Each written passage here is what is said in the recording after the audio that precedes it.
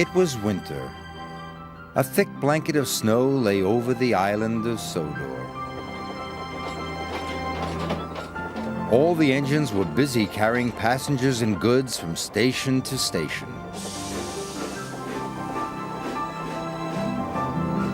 Sometimes they need to warn people they are coming. So steam engines blow their whistles.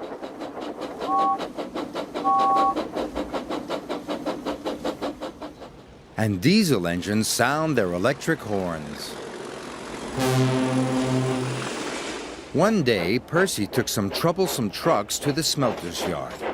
He whistled hello to Harry and Bert. But Harry and Bert laughed. "Call that a whistle? Mocked Bert. Just listen to this. Diesels can do everything better than steamies," They sneered. "My whistle's as good as your horns," puffed Percy crossly. "Just you wait and see." Percy practiced loud whistling. He blew louder. And louder. And louder.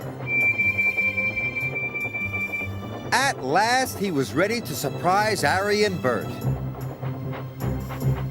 Later, Percy went back to the quarry.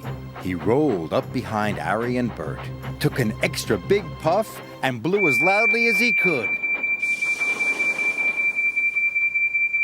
Harry and Bert were surprised. "I told you my whistle is as good as your silly old horns," laughed Percy. Now that he had a super loud whistle, Percy couldn't wait to use it again. When he saw Thomas in the sidings, he took a big puff and blew as loud as he could.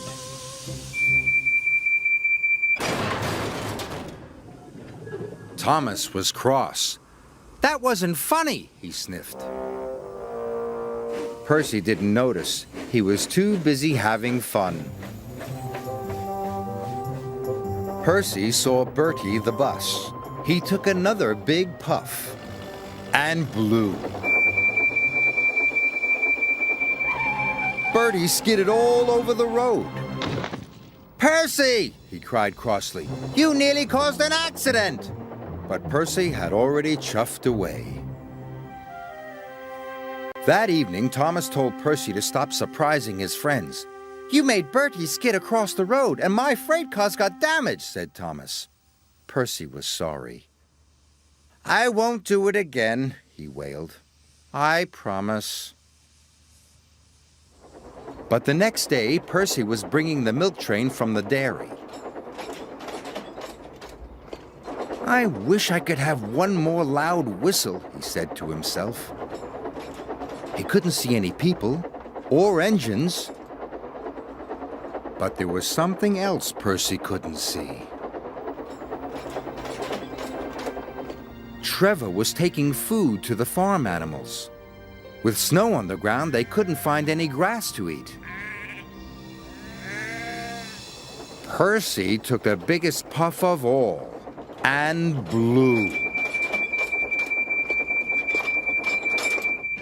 Trevor was so surprised his trailer bumped into a pile of logs. A log fell and rolled down the hill. Snow stuck to the log. It turned into a snowball. The snowball got bigger and bigger.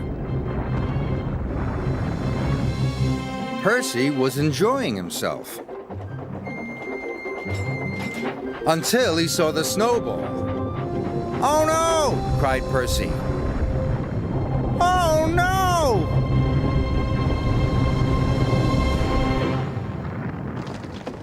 Luckily, no one was hurt, but his driver was cross. "Now I will have to go for help," he said. Percy waited in the cold. His funnel was freezing and his axles were shivering. At last, Thomas arrived with Sir Topham Hatt. He was very cross indeed.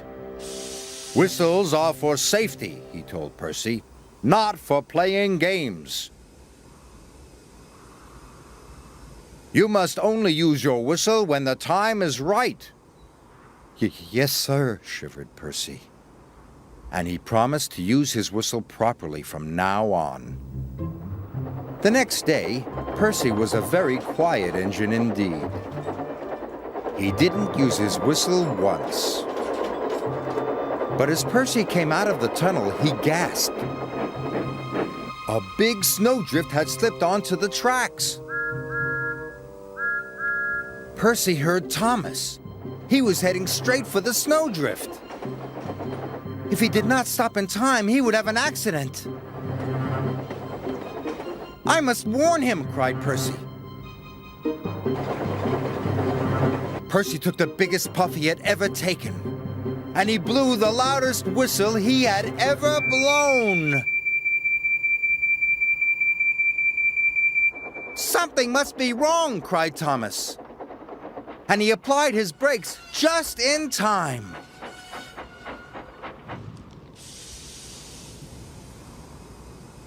Cinders and ashes, he gasped.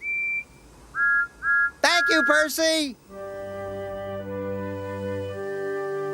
That evening, Sir Topham Hatt came to the sheds. Well done, Percy, he boomed. You blew your whistle at the right time and saved Thomas from an accident. You are a really useful engine, and a safe one. Percy was so proud his firebox tingled. Percy uses his whistle safely now, and all his friends are glad to see him.